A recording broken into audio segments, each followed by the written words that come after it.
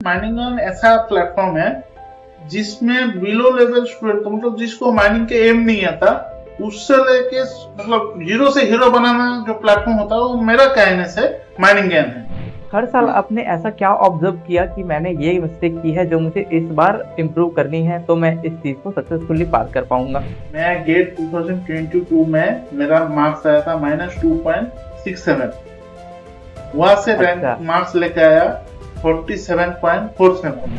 तो आपके अंदर वो मोटिवेशन कहाँ से आया कि आप बार बार जब रिजल्ट थोड़ा खराब आ रहा था तो उससे आप इम्प्रूव करने के लिए आगे बढ़े। जो माइनिंग गेम का जो फाउंडर है विनोद चंद्रका सर, वो क्लास में हम लोग का हर टाइम बोलता है कि जब तक तोड़ेंगे नहीं तब तक छोड़ेंगे नहीं।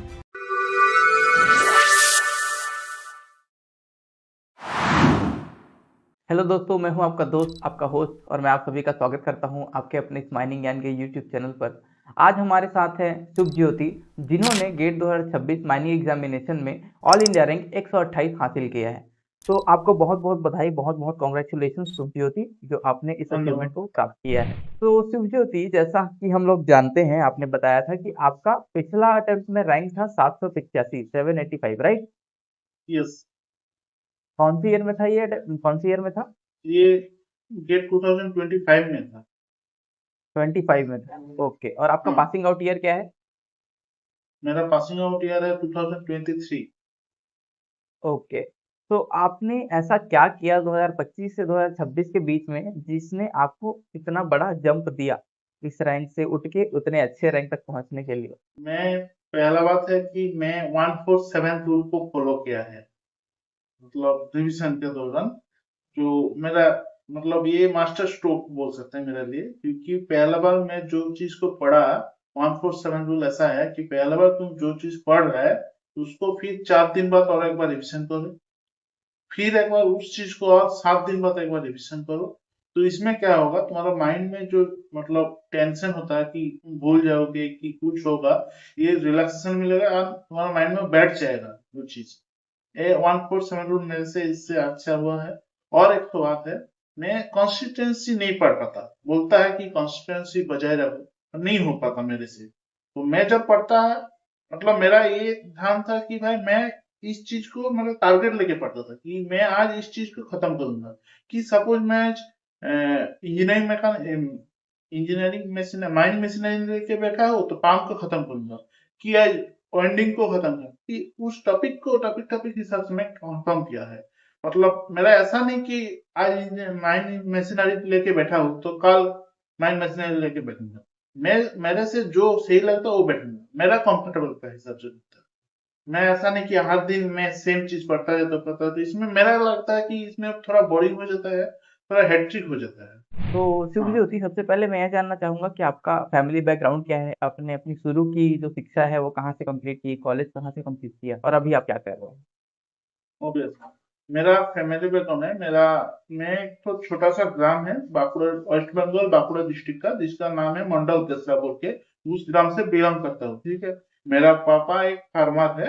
एंड मैं उधर से यहाँ तक आने के जो दौरान है, मैं मेरा ये गर्व की बात है कि मैं इतना तक जो आया है, मैं हर गवर्नमेंट इंस्टीट्यूट में पढ़ा हुआ है। मेरा प्राइमरी स्कूलिंग, मेरा हाई स्कूल, मतलब जो 10th पास किया है, मेरा 12 सब कुछ गवर्नमेंट इंस्टीट्यूट में है। अभी भी जो कॉलेज पास हुआ वो भी गवर्नमेंट यूनिवर्सिटी है, काजी नजरुल यूनिवर्सिटी है। एंड हम लोग का जो बैच है वो पहला बैच है हम लोग का यूनिवर्सिटी में। तो ऐसा अच्छा, है बात। अभी तक ऐसा हुआ है, और मैं अभी पीजीबीटी रिसेंट कंप्लीट हुआ है, और 2 दिन पहले कंप्लीट हुआ है पीजीबीटी ट्रेनिंग मेरा। मतलब आप इतने मतलब छोटे से एक गांव से आते हैं तो वहां तो आसपास सब में बहुत अच्छा माहौल, बहुत अच्छा एक रिस्पेक्ट होगा, हाँ। आपको एक आइडियल की तरह लोग देख रहे होंगे कि एक लड़का यस। हमारे आसपास से निकला है जो कि इस अचीवमेंट पे पहुंच पाया है ना? तो क्या क्या कठिनाइयां, क्या क्या जो चीजें हैं वो आपने फेस की अपनी जर्नी के दौरान जिसमें आप गेट की प्रिपरेशन कर रहे थे? मेरा जो है, मैं गेट 2022 से स्टार्ट किया है मेरा जर्नी। अच्छा, ठीक है, ओके ये मेरा पांचवा आइटम है। ओके। हाँ, मैं गेट 2022 में मेरा मार्क्स आया था -2.67, वहां से रैंक अच्छा मार्क्स लेके आया 47.47। ठीक है, इस दौरान मैं गेट 2022 में -2.27, गेट 2023 में 6, गेट 2024 में 11, गेट 2025 में 35 एंड गेट 2026 में 47.47 मार्क्स आया। मेरा मेरा ऐसा है, मैं हम लोग का जो माइनिंग ज्ञान का जो फाउंडर है विनोद चंद्रका सर, वो क्लास में हम लोग का हर टाइम बोलता है कि जब तक तोड़ेंगे नहीं तब तक छोड़ेंगे नहीं। तो मैं उस चीज को फॉलो किया है कि जब तक तोड़ेंगे नहीं तब तक छोड़ेंगे नहीं। मेरा दोस्त ऐसा है कि सब सेटल हो गया है, कोई सीएल में नौकरी लग गया है, किसी ने एमटेक करा है, मैं कोशिश करते गया। मेरा इतना मतलब बेसिक उतना सही नहीं था, मैं पढ़ते धीरे धीरे करे यहाँ तक आया है। तो क्या आपने ऐसा मतलब जैसा हर साल हमने देखा आपके रिजल्ट के हिसाब से कि हर साल आपने थोड़ा थोड़ा इम्प्रूव किया और आप इस मुकाम तक पहुंचे, तो हर साल आपने ऐसा क्या ऑब्जर्व किया कि मैंने ये मिस्टेक की है जो मुझे इस बार इम्प्रूव करनी है तो मैं इस चीज को सक्सेसफुली पार कर पाऊंगा? जो मेरा प्रॉब्लम मतलब होता है प्रॉब्लम, वो मैं मॉक टेस्ट में डरता था उस टाइम। तो मेरा एक तो आप सभी को पता है गेट 2024 में AIR 3 अनिकेत गुप्ता, गेट 2025 में AIR 1 अनिकेत गुप्ता, उसका साथ मुलाकात हुआ कुछ काम के दौरान माइनिंग ज्ञान का। तो उन्होंने मेरे को एक सलाह दिया, जो देखिए आपको जो चीज डरता है उसमें भागो मत, उसमें मतलब उसमें फेस करना सीखो। तो एग्जाम दे के तुमको जो कॉन्फिडेंस लेवल है वो हाई होगा। आज तुम्हारा एग्जाम मॉक टेस्ट में 0 आ रहा है, 2 आ रहा है, 3 आ रहा है, जो भी आ रहा है वो छोड़ो, बट तुम एग्जाम देते जाओ, तुम मार्क्स को बढ़ाते जाओ। अनिकेत गुप्ता मेरे को ऐसा किया कि उससे बात करने के बाद बोलता है ना, टॉपर से बात करो तो कुछ ना कुछ सलाह मिल ही जाएगा। तो उससे बात करने के बाद तो मेरे को लगा कि भाई हाँ करना होगा। तो उस टाइम में किया तो 35 आया मेरा, मतलब जनवरी में मेरे को डांटा भी है, ऐसा भी था दोस्त है मेरा, डांटा भी था कि नहीं तुम ऐसा मत करो, ये डांट रहा था। तो मैं उसके बाद सुन के जनवरी में अगला साल मतलब 2025 का जो हुआ है जनवरी में एग्जाम देने स्टार्ट किया। तो फिर मेरा देखा कि 35 आया। इस साल क्या हुआ, तो वो बोला कि नहीं भैया तुम दिसंबर से स्टार्ट करते, तो दिसंबर से स्टार्ट किया मॉक टेस्ट देने में, तो इसलिए मेरा इतना आया है अभी तक। और फिर भी मेरा पीजीबीटी बढ़िया का है। जो प्रेशर है वो तो होता है। और एक चीज बोलना चाहता हूँ, मेरा ये जर्नी में ये 47.47 मार्क्स आने के जर्नी में, इसमें और कुछ आदमी का, मेरा फैमिली तो ऑब्वियसली है मेरे पास, बट और दो आदमी का नाम नहीं लेंगे तो बुरा हो जाएगा। वो है हमारा जो कोलेरी था, भानोड़ा वेस्ट ब्लॉक कोलेरी। तो उसका जो सेफ्टी ऑफिसर था Praveen Kumar, ISM IIT ISM Dhanbad का है, उसका बहुत बड़ा हेल्प। मेरा जो पीजीबीटी का दौरान है वो ड्यूटी करना पड़ता है हम लोग को। तो वो क्या हुआ, तो वो मेरे को बोला कि नहीं तुमको कुछ काम करने की जरूरत नहीं, तुम आओ आके अटेंडेंस करो और पढ़ाई स्टार्ट कर दो। मतलब वो ऐसा भी किया, मतलब ऑन टाइप ऑफ मेरे को थ्रेटनिंग भी दिया है कि तुम्हारा अगर आइंदा 200 का अंदर रैंक नहीं आएगा तुमको सर्टिफिकेट नहीं मिलेगा इधर से। तो ऐसा भी किया है मेरे को, हाँ बढ़िया। ऐसे भी करके चमकाया है कि तुम्हारा 200 रैंक नहीं आएगा तुमको सर्टिफिकेट नहीं मिलेगा। तुम सोच जी लो हाँ, क्या बढ़िया बढ़िया। करेंगे। जब आप प्रिपरेशन कर रहे हो और ऐसे आपको साथ देने वाले मिल जाए जो आपको सपोर्ट करे, तो बहुत ही जर्नी हाँ, अच्छी और हेल्पफुल हो जाती है ना? गेट एग्जाम का जो प्लानिंग है मेरे को, वो समझाया मेरा जो कॉलेज के एक तो सर है, एसीएम सर है, मयंक शर्मा।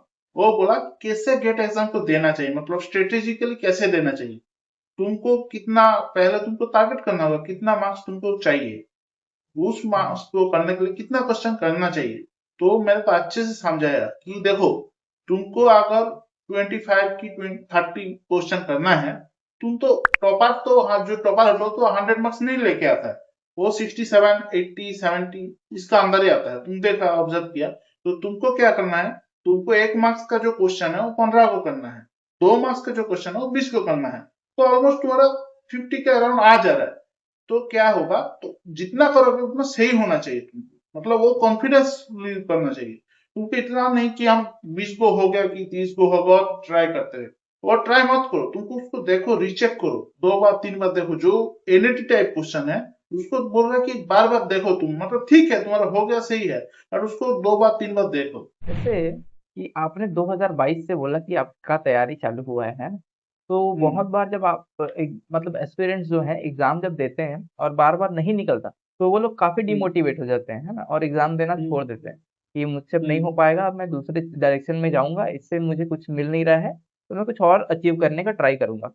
तो आपके अंदर वो मोटिवेशन कहाँ से आया कि आप बार-बार जब रिजल्ट थोड़ा खराब आ रहा था, तो उससे आप इम्प्रूव करने के लिए आगे बढ़े? तो देखिए मेरा क्या हुआ कि मैं मतलब मेरा मतलब जो फैमिलियर है, मेरा दोस्त है, मेरा भाई है, सब मेरे को मोटिवेट करते रहे हर टाइम। तो कि नहीं तुमसे होगा, तुम ट्राई करो, तुमसे होगा। आदमी है, एक एंड में होगा तो दूसरे एंड में होगा। कुछ ना कुछ आज नहीं हुआ तो काल होगा, तुम ट्राई करो, कोशिश करते रहो। मतलब फैमिली सपोर्ट मेरे पास बहुत बड़ा है। क्योंकि जब आप ग्रेजुएट होके निकलते हैं तो सबका एक एक्सपेक्टेशन रहता है ना कि एक लड़का है जो कि ग्रेजुएट होके निकल रहा है तो उसके हाथ में एक जॉब हो कम से कम, है ना? ऐसा कोई आस-पास वाले सोचते रहते हैं, है ना? तो ये वाला फेज़ जो है वो काफ़ी एस्पिरेंट्स के लिए थोड़ा डिमोटिवेटेड वाला रहता है कि मेरे हाथ में कुछ सोर्स ऑफ इनकम नहीं है, है ना? तो इसको टैकल करना काफ़ी मुश्किल रहता है। तो इन सब चीज़ों में आपके घर से कैसा आपको सपोर्ट मिला? मेरे घर से मतलब सपोर्ट मिले, मतलब मेरे को मेरा पापा हमेशा बोलते हैं कि तुम पढ़ते रहो, आज नहीं होगा तो काल होगा, मतलब बोलते रहे। फिर भी एक तो है, हुँ। मैं मतलब अभी बोल रहा हूँ, मेरा जो मतलब सपोर्ट है, बैकबोन माइनिंग ज्ञान ही था मेरा ग्रेजुएशन के बाद भी, क्योंकि मैं माइनिंग ज्ञान से एज ए स्टूडेंट भी हूँ, एज ए मतलब एम्प्लॉय भी हूँ माइनिंग ज्ञान का। तो माइनिंग ज्ञान हाँ। का जो विनोद सर है वो मेरे को बहुत बहुत हेल्प किया है। तो शुभज्योति, जो आपने शुरुआत से लेके लास्ट तक आते-आते एक-एक सीढ़ी चढ़ के जब आप टॉप माले तक चढ़ गए हैं, तो इन पूरे प्रिपरेशन के दौरान माइनिंग ज्ञान ने आपको किस तरीके से साथ दिया और किस तरीके से आप माइनिंग ज्ञान को अपने तैयारी में इम्पोर्टेंस देना चाहेंगे? देखिए माइनिंग ज्ञान को पहला बात है, माइनिंग ज्ञान ऐसा प्लेटफॉर्म है जिसमें बिलो लेवल स्टूडेंट मतलब जिसको माइनिंग के एम नहीं आता, उससे लेके मतलब जीरो से हीरो बनाना जो प्लेटफॉर्म होता है वो मेरा कहने से माइनिंग ज्ञान है। क्योंकि माइनिंग ज्ञान सबका लिए सोचता है, मतलब जिसका एम नहीं है तो उसका लिए सोचता है, जिसको सब कुछ है तो उसका लिए भी सोचता है। तो मेरा लगता है कि माइनिंग ज्ञान मेरा कहने से is the best coaching institute. बढ़िया, ये हमारे लिए बहुत बड़ी कॉम्प्लीमेंट वाली बात है और हम इसी चीज़ों को सुनने के लिए ही ये सब चीज़ें हमारे जो भी टीचर्स हैं वो सोच के ही पढ़ाते हैं कि बच्चों का हेल्प हो और बच्चे हमें एप्रिशिएट करें, है ना? हाँ तो शुभज्योति, जैसा कि हमने देखा कि लास्ट का 1 मंथ जो एग्ज़ाम के लिए है वो बहुत क्रूशियल होता है ना?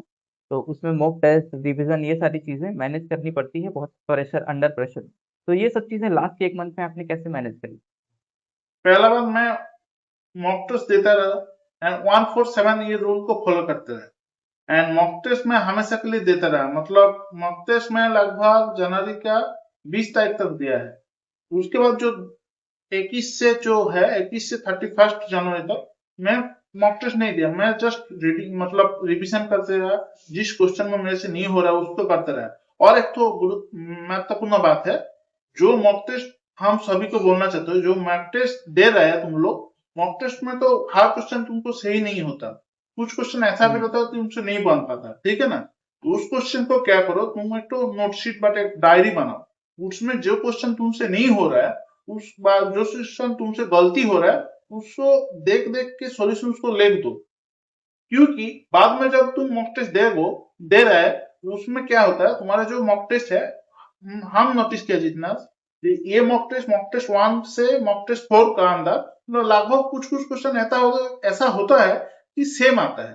तो रिपीट में तुम जब दोगे एग्जाम तो तुम्हारा उस प्रॉब्लम को नहीं होगा, क्योंकि तुम लिख लिया, डायरी में नोट कर लिया, तो क्या होगा, तुम्हारा दिमाग में बैठ गया है। तो ऐसा क्या आप एडवाइस करना चाहेंगे बाकी एस्पिरेंट्स को कि वो उन गलतियों को अवॉइड करें जो जनरली सारे एस्पिरेंट्स प्रिपरेशन के दौरान करते हैं, जो आपसे रिलेटेबल हो? देखिए मेरा पहला बात है, मैं सबसे एक बात बोलना चाहता हूँ कि at the end of the day हम इंजीनियर है, तो हम लोग को जो हुँ। सोचना होगा टेक्निकली सोचना होगा, ठीक है ना? कुछ कुछ बच्चों ऐसा क्वेश्चन मेरे को किया है कि भाई आप मतलब कितना घंटा पढ़ते हो, तो सबसे मतलब को लगता है सबसे बेकार क्वेश्चन होता है, क्योंकि तुम्हारा दिमाग जितना ले पाता है उतना ही पढ़ो। तुमसे 14 घंटा नहीं हो रहा, 14 घंटा मत पढ़ो।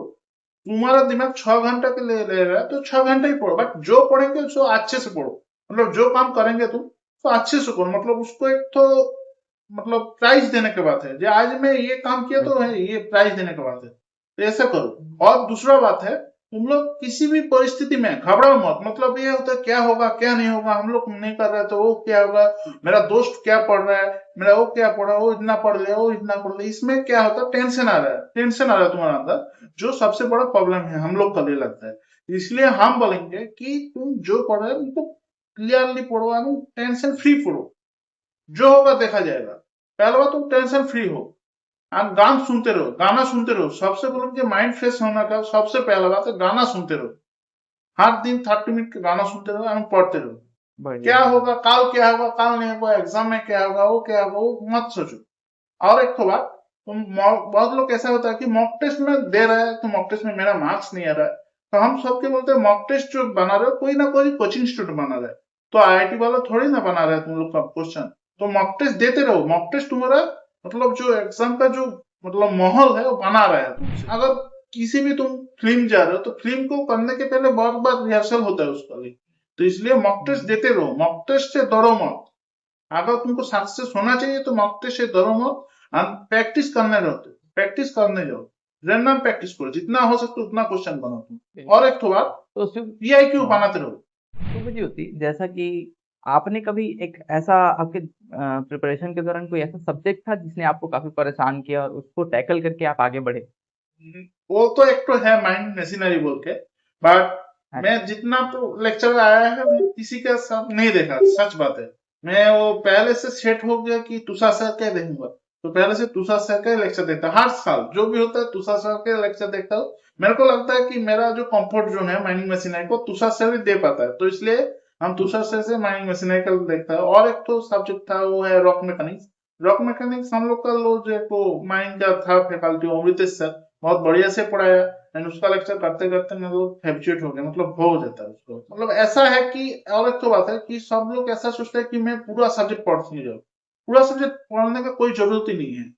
मैं यार वन से भी पूछ लिया, मैं यार अंडर 50 वाले को से पूछ लिया, तुमसे जो आता है, तुमसे जो सब्जेक्ट हो पा रहा है, मतलब तुमसे अगर माइंड में इंजीनियरिंग मैकेनिक्स नहीं हो रहा है तो उसको छोड़ दो, उसको बेमतलब में उसको घसा के घिसा के पढ़ने में तुम्हारा पागल होगा, तुम्हारा कुछ काम में नहीं आएगा, तो उसको छोड़ दो। जो नहीं हो रहा उसको छोड़ दो, जो तुमसे हो रहा है उससे इतना अच्छे से करो कि उससे एक क्वेश्चन भी छूट ना जाए। शुभ ज्योति, जब आपका रिजल्ट आया तो आपके घर वालों का क्या रिएक्शन था? क्या वो अच्छे खुश थे कि कुछ और अच्छा उम्मीद कर रहे थे, आप कुछ बुरा उम्मीद कर रहे थे? क्या था उस टाइम पे नहीं नहीं, घर का वो सीन? खुश थे, सब खुश थे। खुश थे? मतलब हाँ, मतलब मेरा जो बैकग्राउंड है, मेरा जिसके से कोशिश किया है, तो इसलिए मेरा रिजल्ट में खुश थे। मतलब ये नहीं कि तुमको और अच्छा होना चाहिए और अच्छा करना चाहिए, वो तो होता है एक टाइप में, हर फैमिली में होता है, बट इस मार्क्स में तो खुश थे। इवन मेरा जो कॉलेरी वाला है, मतलब जो जो सर मेरे को सबसे बड़ी एफर्ट दिया है, प्रवीण सर, प्रवीण कुमार, वो बहुत बढ़िया, मतलब बहुत खुश है। तो जब 3 घंटे आप एग्जाम देते हैं, क्या होता है कि सब लोग बहुत बहुत लोग प्रिपेयर करते हैं एग्जाम के लिए, है ना, लेकिन वो 3 घंटे में भी परफॉर्म करना बहुत इंपॉर्टेंट होता है। तो बहुत लोग क्या है कि पढ़ते तो हैं लेकिन उस 3 घंटे में अच्छे से परफॉर्म नहीं कर पाते। हो सकता है इस साल भी हुआ हो और वो लोग डिमोटिवेट हो गए हों कि अरे यार मैं पढ़ा लेकिन एग्जाम नहीं निकल रहा है, तो क्या मतलब है एग्जाम देने का? उन लोगों को आप आगे के लिए क्या सलाह देना चाहेंगे? उनको क्या करना चाहिए? देखो मेरा सलाह यही है कि तुम जो पढ़ रहे, सपोज तुम्हारा, हम लोग का इस साल एग्जाम था 7 फरवरी, ठीक है, तो हम ऐसे बोलना चाहेंगे तुम लोग को 31 जनवरी तो जो पढ़ना है पढ़ लो, उसके बाद मतलब हुँ। जनवरी में ही से जनवरी 31 तक तुमको जो नया चीज मत पढ़ो, मतलब जिसको पढ़ा है रिवीजन के दौरान उस चीज को ही पढ़ो, जो तुमसे छोड़ गया है उसको छोड़ दो, तो फिर से उसको करने में कोई जरूरत नहीं है, मेरा कहना है। क्योंकि तुमसे अगर वो पढ़ेगा तो तुमसे जो पढ़ा है वो भूल जाएगा, तुम दिमाग से आउट हो जाएगा। तो इसलिए बोलेंगे तुमको जो पढ़ा है उसको ही पकड़ के रहो, एंड एग्जाम में तुम ऐसा सोचो कि you are the healthy soul. Exam में तुम चले जाओगे तो तुमको ऐसा सोचना कि तुमसे जो हुआ है वो किसी से नहीं हुआ, तुम जो प्रिपरेशन हो तुम सबसे अच्छा लिया है। मोटिवेट खुद को खुद करना होगा, तुमको कोई आके मोटिवेट तो नहीं कर पाएंगे। तो शुभज्योति, आपके लाइफ का आप मेन एम आप क्या मानते हैं? क्या आप इसको अपना मेन एम मानते हैं या फिर कुछ और आप बड़ा सोच के रखे हैं अपने लाइफ के लिए? सोचा तो है बड़ा कुछ, देखता है आगे क्या हो रहा है। अच्छा, और कुछ एक्स्ट्रा शेयर करना चाहें जो आप मुझसे पूछना चाहते हैं या कुछ रिव्यू, तो बिल्कुल आप ओपन हैं, आप बिल्कुल दे सकते हैं। हाँ, रिव्यू है कि मैं माइनिंग पे सजेस्ट करूंगा, बट सजेस्ट नहीं, रिक्वेस्ट करूंगा माइनिंग टीम को कि 2023 गेट का प्रिपरेशन के लिए जो फैकल्टी आया था उसको मतलब लेके आना चाहिए, क्योंकि हमको लगता है उस फैकल्टी मेरा हिसाब से बेस्ट था। है, अभी भी जो फैकल्टी है वो भी बेस्ट है, वो बुरा नहीं है, बट मेरे को लगता है कि एज ए जीरो मतलब जो स्टूडेंट का एम नहीं आता है उससे ऐसा टीचर को चाहिए, मतलब जैसे एग्जाम्पल है विनोद चंद्रकर, तुषार जैसा एंड प्रिया मैम, इन लोग है कि जीरो से स्टूडेंट को 100 तक लेके जाता है ऑब्वियसली। और एक तो फैकल्टी है उसका नाम है अमृतेश सर, इन लोग क्या करते हैं माइनिंग का बेसिस में स्टूडेंट को जीरो से हीरो बनाते हैं। इस टाइप का फैकल्टी लेके आना चाहिए, क्या है कि तुमको अगर हमको स्टूडेंट जिसको माइनिंग में बहुत सा नहीं आता है, ठीक है, पीएचडी करने वाला क्वालिफाइड स्टूडेंट मतलब जो फैकल्टी है वो बहुत बढ़िया फैकल्टी है, तो उससे जो आता है वो मतलब बहुत नॉलेजेबल इंसान है। बट मेरे को कभी कभी लगता है, ऐसा फील हुआ है कि उन लोग मतलब उन लोग का जो दिमाग है, उन लोग का जो माइंड सेटअप है, उन लोग का माइंड सेटअप उन लोग का हिसाब से चलेगा। तो हमको लगता है कि तुम्हारा स्टूडेंट जिस मतलब लेबोरियस मतलब स्टूडेंट है, उन लोग के लिए ऐसा टीचर आना चाहिए जिसको लेबोरियस होगा, कि स्टूडेंट का जो मतलब वो ग्राउंड से जो टीचर उठता है उसको लगता है सही है कि यार वन मतलब कि वो सही पढ़ाएगा कोई गारंटी नहीं है। हर साल यार वन मतलब आता है कि वो सही पढ़ाएगा, बहुत अच्छा से पढ़ेगा, उसको नॉलेज है, उसको पास नो डाउट बहुत नॉलेज है, वो अच्छे से डिलीवर कर पाएगा ये कोई गारंटी नहीं है। हमको स्टूडेंट एज ए स्टूडेंट हमको ऐसा टीचर चाहिए मेरे को जो अच्छे से डिलीवर कर पाए नॉलेज, उसको चाहिए। काहे कि जो एयर वन है उसको जो करता है तो उससे मतलब मेरे को चाहिए कि उससे जो अगर पढ़ा रहा है वो तो ठीक है, हम सोच रहे हैं समझ रहे हैं सब कुछ सही है, पर उनसे मेरे को लगता है कभी कभी ऐसा होता है कि उसका जो नॉलेज है वो हम लोग नहीं ले पाता है उससे। मतलब 100 स्टूडेंट का अंदर ऐसा होता है कि 80% उसका नॉलेज नहीं ले पाता है, क्योंकि सबका दिमाग सबका ब्रेन सेम नहीं होता। बिल्कुल, बिल्कुल, बढ़िया, बढ़िया। बिल्कुल आपने अपना रिव्यू शेयर किया और हमें बहुत अच्छा भी लगा। ठीक है? तो आप बिल्कुल हमारे जो अचीवर्स का इवेंट होता है उसमें आप बिल्कुल आइएगा। हम आपको बिल्कुल सम्मानित करेंगे। Special thanks Jitendra sir, Devendra sir, Vinod sir, जो आप लोग का जो मतलब ये हम लोग का हमारा हमारे जैसे स्टूडेंट का आप किस हिसाब से मेरे को हेल्प किया, मतलब बहुत ऋणी हूँ मैं, क्योंकि आप इस तरह से मेरे को हेल्प किया है, बैकबोन है आप लोग। और ऐसा भी चलता रहे, ऐसे विनोद सर को बोलेंगे स्पेशली, आप इस तरह से डाउन टू अर्थ रहते रहे, मतलब ऐसा फाउंडर बहुत कम ही देखा कि सबसे बात करता है एंड डाउन टू अर्थ आदमी है। आप तुषार से आपको एकदम सही बोलेंगे बात कि बोले। आप बहुत हेल्प किया है मेरे प्रिपरेशन के दौरान। आपका जो बात है वो हमेशा मेरा एग्जाम के दौरान कान में बाजते रहे कि तुम पहले पीडीएफ को जो एग्जाम का पेपर उसको अच्छे से देखो उसके बाद एग्जाम को, आपका बात बहुत अच्छे से है। अच्छा, एक और सवाल पूछना चाहूँगा सुभज्योति कि एक्यूरेसी कहाँ तक इम्पोर्टेंट है एग्ज़ाम में? एक्यूरेसी कितना इम्पोर्टेंट है गेट एग्ज़ाम अंदर? देखिए एक्यूरेसी तो इम्पोर्टेंट बहुत है, मतलब तुमको ऐसा चाहिए कि मतलब तुमको जितना आ रहा है उतना ही करो। तुम एक सोच लो कि तुमको इतना क्वेश्चन आ रहा है मतलब तुम ही सही हो, मतलब तुमको अगर 25 क्वेश्चन सही से कर पा रहे हो तो तुम 25 क्वेश्चन ही करो, तुमको 35 क्वेश्चन करने की कोई जरूरत नहीं। जो एआईआर वन है वो 60 मार्क्स आएगा, कि तुमको 50 मार्क्स लेके आना होगा। तुम एआईआर वन बनोगे तो तुम्हारे हिसाब से एआईआर वन भी बनोगे ना, एआईआर वन 30-40 के अंदर ही क्वेश्चन करते हो, 30-35 इतने क्वेश्चन नहीं कर पाते। ओके शुभज्योति, आपसे बात करके बहुत ही अच्छा लगा और उम्मीद करते हैं आपका फ्यूचर बहुत ही ब्राइट हो, आप फ्यूचर में बहुत अच्छा सक्सेसफुल रहें। Thank you so much.